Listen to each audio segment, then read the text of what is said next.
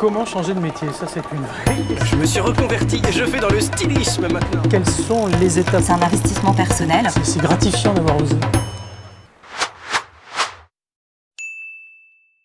Bonjour à toutes et à tous, bienvenue pour ce premier webinaire de l'année de Transition Pro consacré au dispositif de projet de transition professionnelle.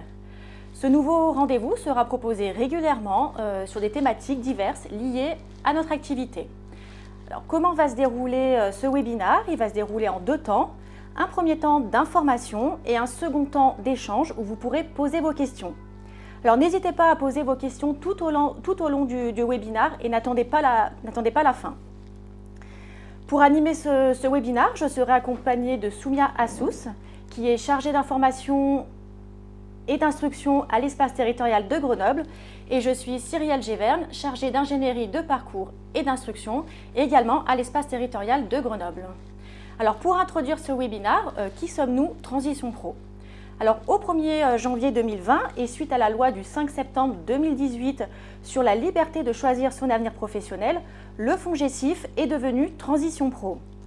C'est aujourd'hui l'acteur de référence de la transition et de la reconversion professionnelle dans la région.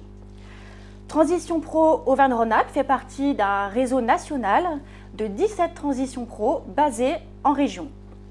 C'est un organisme paritaire interprofessionnel dirigé par les partenaires sociaux, représentant à la fois un collège salarié et un collège employeur. Transition Pro Auvergne-Rhône-Alpes, c'est 3 espaces, un à Clermont, un à Lyon et un à Grenoble. Vous pouvez nous joindre via notre plateforme téléphonique qui est ouverte tous les matins, du lundi au jeudi, ou bien en passant par vos espaces personnels dans la rubrique « Nos échanges ». Transition Pro, c'est également une équipe d'experts qui est dédiée au financement de votre reconversion professionnelle et qui est à vos côtés. Quelles sont les missions de Transition Pro? C'est tout simplement aider le salarié à concrétiser son nouveau projet professionnel. Comment? À travers 3 dispositifs et une certification. Ces dispositifs sont le dispositif démissionnaire, le projet de transition professionnelle, la VAE, ainsi que la certification CLEA. Alors pour résumer en quelques mots ces dispositifs, le PTP, on y reviendra plus en détail juste après.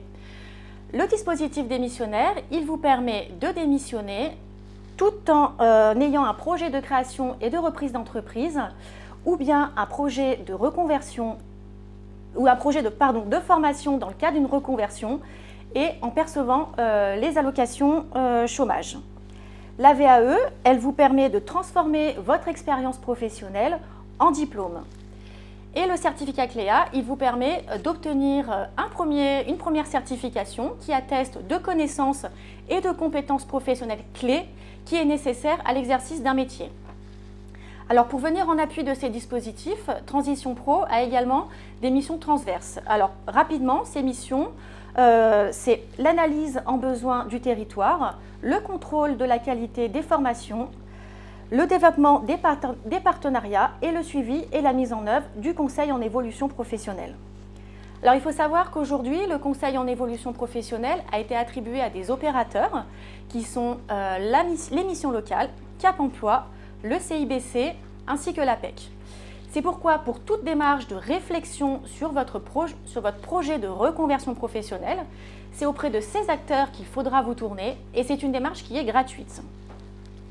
Alors pour en revenir au sujet du webinaire d'aujourd'hui, le projet de transition professionnelle, il faut savoir qu'aujourd'hui, à l'heure de la crise sanitaire et économique, il y a de plus en plus d'entreprises qui sont en difficulté.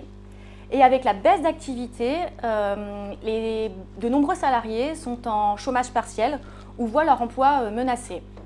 Et à contrario, il y a des secteurs d'activité qui n'arrivent pas à recruter parce qu'il manque de personnel formé.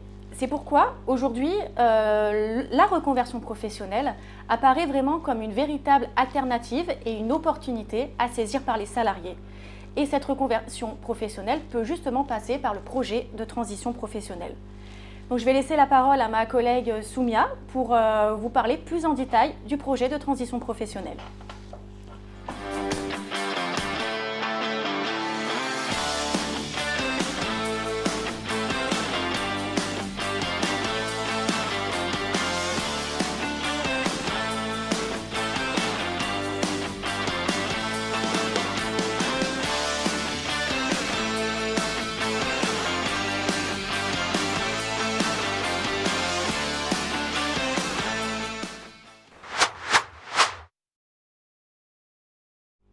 À qui s'adresse le dispositif? Donc, le dispositif s'adresse à toutes les personnes du secteur privé. Alors, pour les personnes en CDI, il faut pouvoir justifier de 24 mois d'activité, dont 12 mois dans l'entreprise actuelle. Pour les personnes en CDD, ce sera 24 mois d'activité durant les 5 dernières années, donc 4 mois durant les 12 derniers mois. Alors, une particularité s'ajoute au CDD, il faut déposer la demande pendant que vous êtes encore sous contrat. L'ancienneté, elle, s'apprécie au moment du départ en formation. Alors, ce dispositif s'adresse également aux intérimaires et aux intermittents sous certaines conditions particulières selon le statut. Alors, que prend en charge Transition Pro? Comme je le disais précédemment, Transition Pro prend en charge votre salaire si votre formation s'effectue pendant votre temps de travail, ainsi que les frais à la mobilité sous certaines conditions et les coûts pédagogiques. Alors, quelles sont les démarches pour pouvoir constituer une demande de projet de transition professionnelle? La première étape, ça va être d'identifier un organisme de formation et une formation. Il faut que cette formation, elle soit inscrite au registre national des certifications professionnelles ou au répertoire spécifique ou qu'elle soit un bloc de compétences. Alors, il faudra également effectuer une demande d'autorisation d'absence auprès de votre employeur dans un second temps. Donc, si votre formation dure plus de 6 mois ou est égale à 6 mois, cette demande doit être effectuée au minimum 120 jours avant le démarrage de votre formation. Si la formation dure moins de 6 mois, alors il faudra effectuer la demande au minimum 60 jours avant le démarrage de votre formation. Il faudra par la suite constituer votre demande directement sur notre site internet en vous créant un espace personnel. Complétez votre partie. C'est une démarche du coup tripartite où l'organisme de formation et l'employeur doivent également compléter leur volet. Alors, il faut déposer votre demande tout en respectant le calendrier des commissions.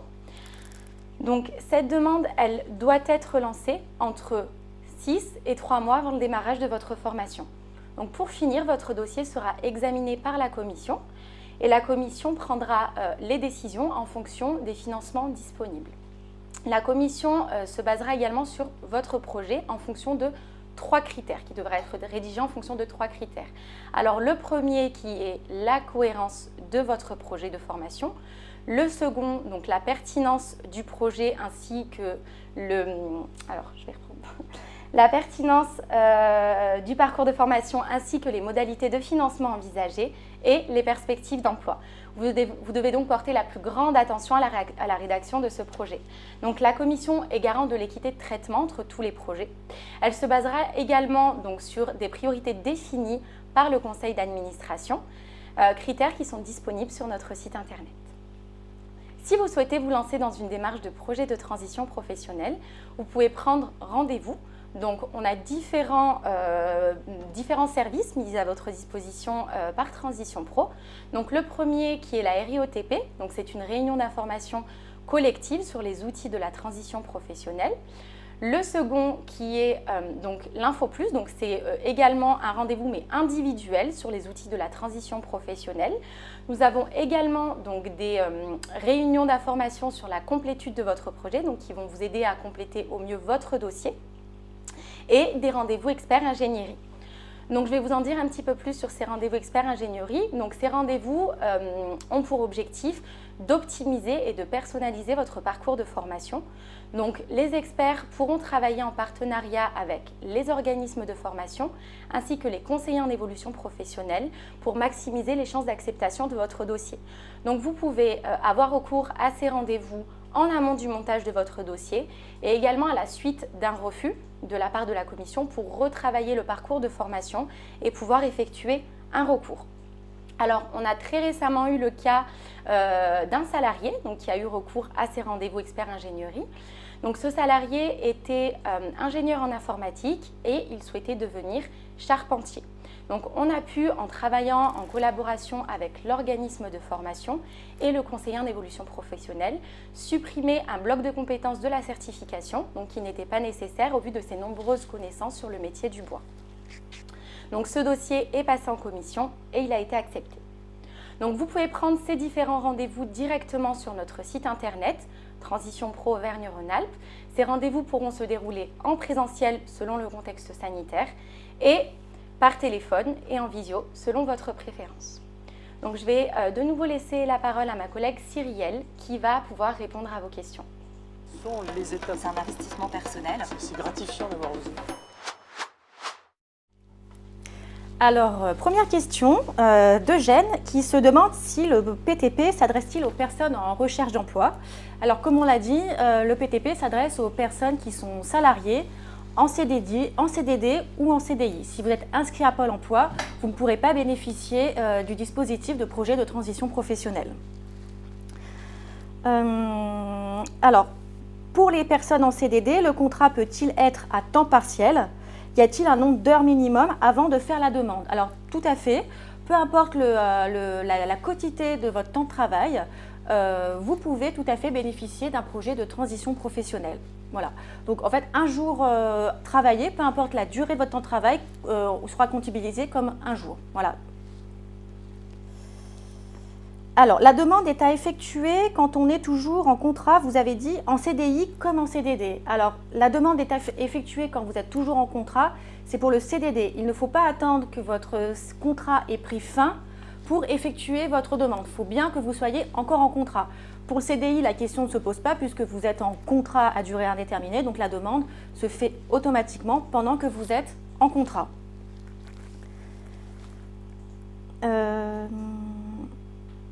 Alors Rémi qui se demande, y a-t-il un coût maximum du financement de formation? Alors effectivement, il y a des plafonds concernant le coût pédagogique de formation que Transition Pro prendra en charge. Cela correspond à un montant pour un coût horaire de 27,45 € de l'heure et un montant total de formation de 18 000 €. À partir du moment où on atteint l'un ou l'autre des deux plafonds, il y aura automatiquement un laissé à charge pour le salarié. Peut-on faire une demande durant un congé parental? Alors là, la question... on peut faire une demande, mais dans ce cas-là, il faut que votre formation, elle soit en dehors de votre du temps de travail, puisque votre employeur, vous êtes en congé parental, n'est pas concerné par cette demande, donc il faut bien que ce soit une formation qui soit hors temps de travail. Alors, combien de temps avant le début de la formation avons-nous la réponse, à savoir si notre dossier est accepté ou pas? Alors, c'est une bonne question. En fait, il y a un calendrier des commissions dans lequel vous devez respecter. Donc, par exemple, là, pour la commission du mois de décembre, ça concernait toutes les entrées en formation entre le 19 janvier et le 10 décembre. Voilà, donc les dossiers devaient être déposés au plus tard le 9 novembre pour une commission le 16 décembre et une réponse le lendemain de la commission. Donc la commission du 16 décembre concernait toutes les entrées en formation du 19 janvier au 10 décembre. Voilà, et c'est comme ça tous les mois, le calendrier est fixé de la même manière tous les mois. Donc il suffit de se rendre sur notre site, de consulter le calendrier des commissions, vous regardez votre date d'entrée en formation et vous avez en conséquence la commission et la date de dépôt maximum de votre dossier.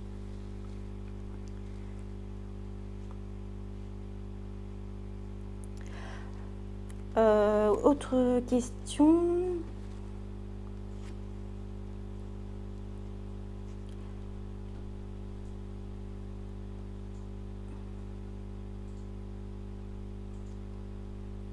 Alors, quels sont les secteurs d'activité qui n'arrivent pas à recruter? Alors, je vais vous en donner quelques-uns. Hein. C'est une liste assez exhaustive. Vous pourrez retrouver cette liste sur le site de France Compétences, mais c'est notamment voilà, les métiers d'aide-soignants, les métiers qui sont liés au numérique, les métiers qui sont liés à la transition écologique. Voilà, ce sont des métiers qui ont des difficultés à recruter en ce moment.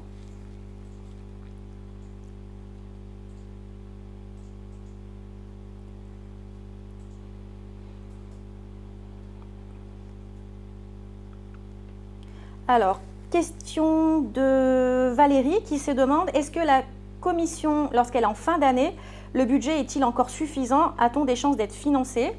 Alors c'est ce qu'on a dit, en fait, la commission, elle assure des réponses dans un process d'équité. Donc il y a autant de budget en début qu'en fin d'année. Voilà, les budgets sont les mêmes, donc vous n'avez pas moins de chance si vous déposez votre dossier en fin d'année.